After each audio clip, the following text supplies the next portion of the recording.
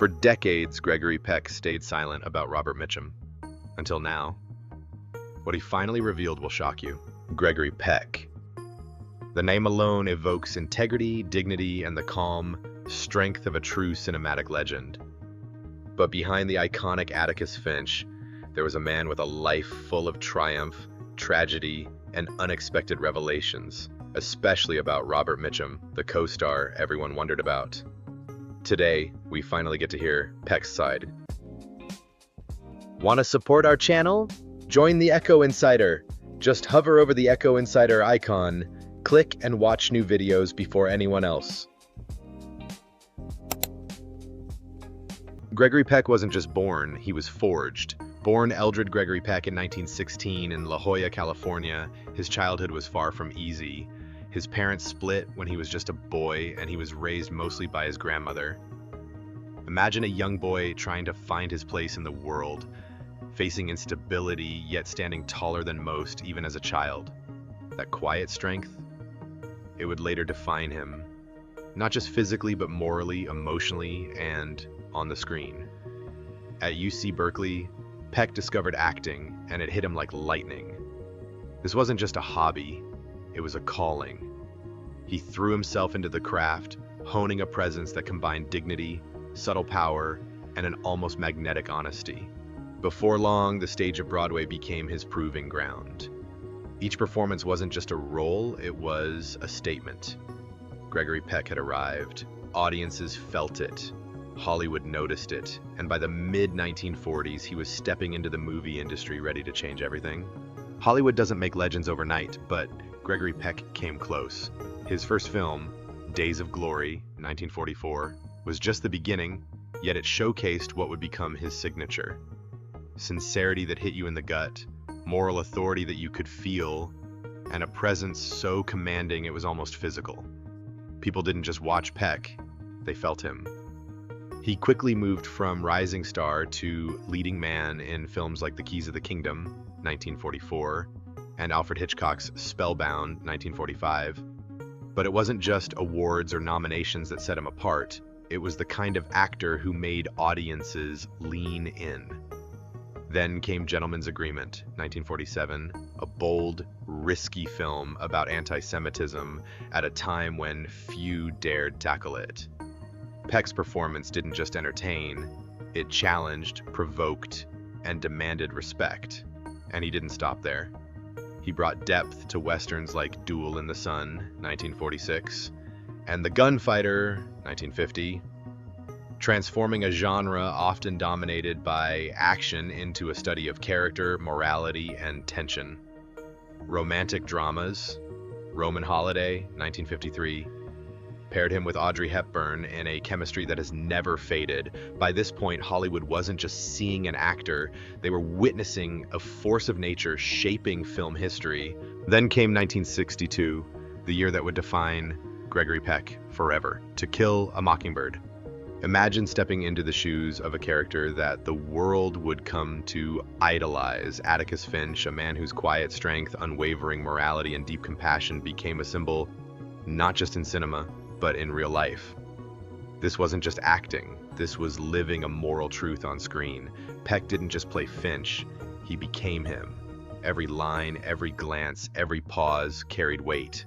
Audiences didn't just watch the movie, they felt it. And the result? An Academy Award for Best Actor, and a role so powerful that decades later, people still talk about it as one of the greatest performances in cinematic history. But here's the thing. Behind that serene, principled exterior, Peck brought all his life experiences, the struggles, heartbreak, and relentless dedication, to bear. You could sense the depth of a man who had known loss, responsibility, and the weight of truth. That's why Finch wasn't just a character, he was a mirror reflecting the very best of humanity, and Gregory Peck made that mirror unforgettable. Peck didn't rest on that triumph. Hollywood can be brutal and careers rise and fall, but he refused to be typecast. Instead, he stretched across genres, proving time and again why he was more than just a star. He was a cinematic force. Take Cape Fear, 1962, for example. Peck, the embodiment of justice, faced Robert Mitchum, terror incarnate.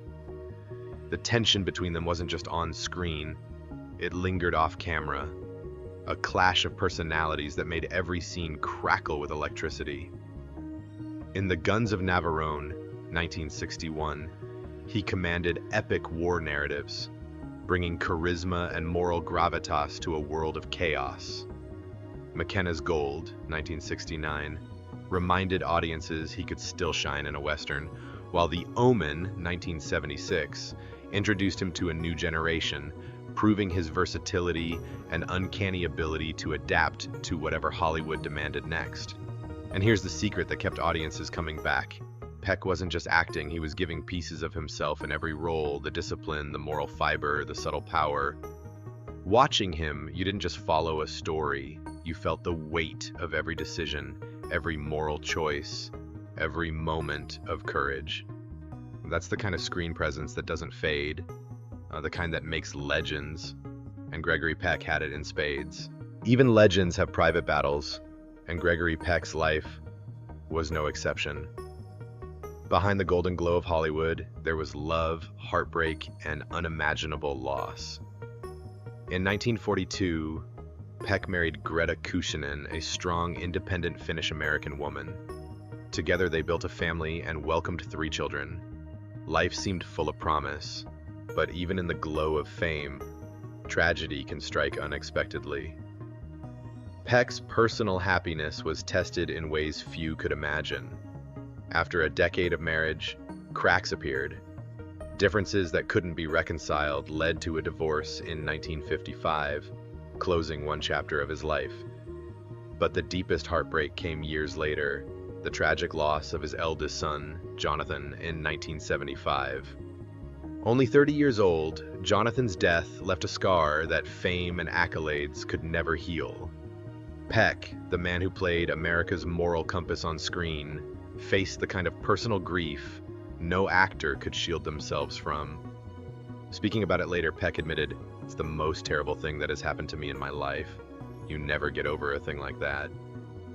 Those words reveal a side of him rarely seen. The vulnerability behind the moral hero, the human pain behind the calm exterior. It was a sorrow that deepened his empathy, made his performances richer, and gave his later life a quiet gravity that audiences may have sensed, even if they never knew the full story. Gregory Peck wasn't just a movie star, he was a man who believed that fame came with responsibility. Off-screen, he wielded his influence like a force for good, championing causes that mattered long before it was fashionable. He stood firmly for civil rights, freedom of expression, and social justice, lending his name, time, and voice to those fighting inequality. In an era when Hollywood could be superficial, Peck's commitment to morality was tangible. He didn't just play heroes on screen, he acted as one in real life. Whether supporting liberal causes, participating in humanitarian work, or speaking out against injustices, he embodied the values he portrayed as Atticus Finch. This wasn't political posturing, it was lived conviction. His dedication didn't go unnoticed.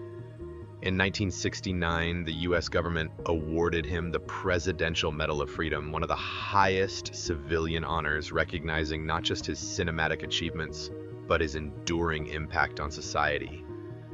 Imagine being a man whose quiet dignity on screen inspired millions, yet he chose to use that power to shape the world around him, standing up for what was right, even when it was inconvenient or controversial. That is the kind of legacy that transcends film. It's timeless, inspiring, and utterly human. For decades, fans speculated about the dynamic between 2 Hollywood giants, Gregory Peck and Robert Mitchum. Both men were larger than life, yet polar opposites. Peck, refined, disciplined, morally upright, stood as the ultimate symbol of integrity. Mitchum, rugged, unpredictable, and magnetic, was the epitome of raw, effortless danger.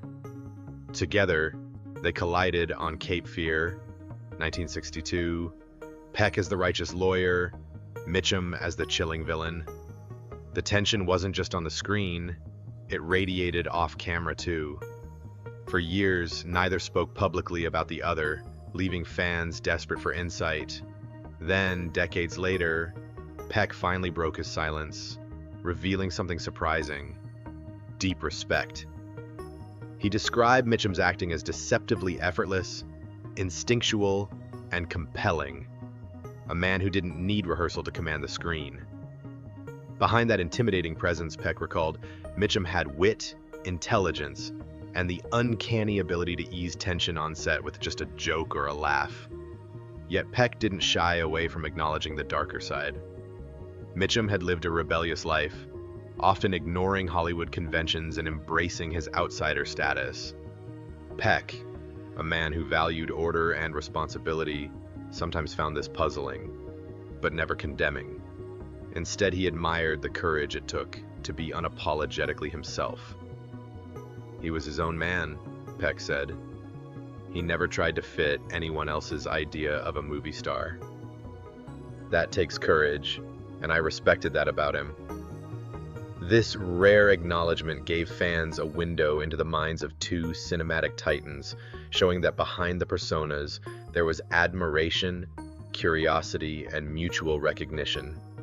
Even legends, Peck reminded the world, could respect one another not despite their differences, but because of them.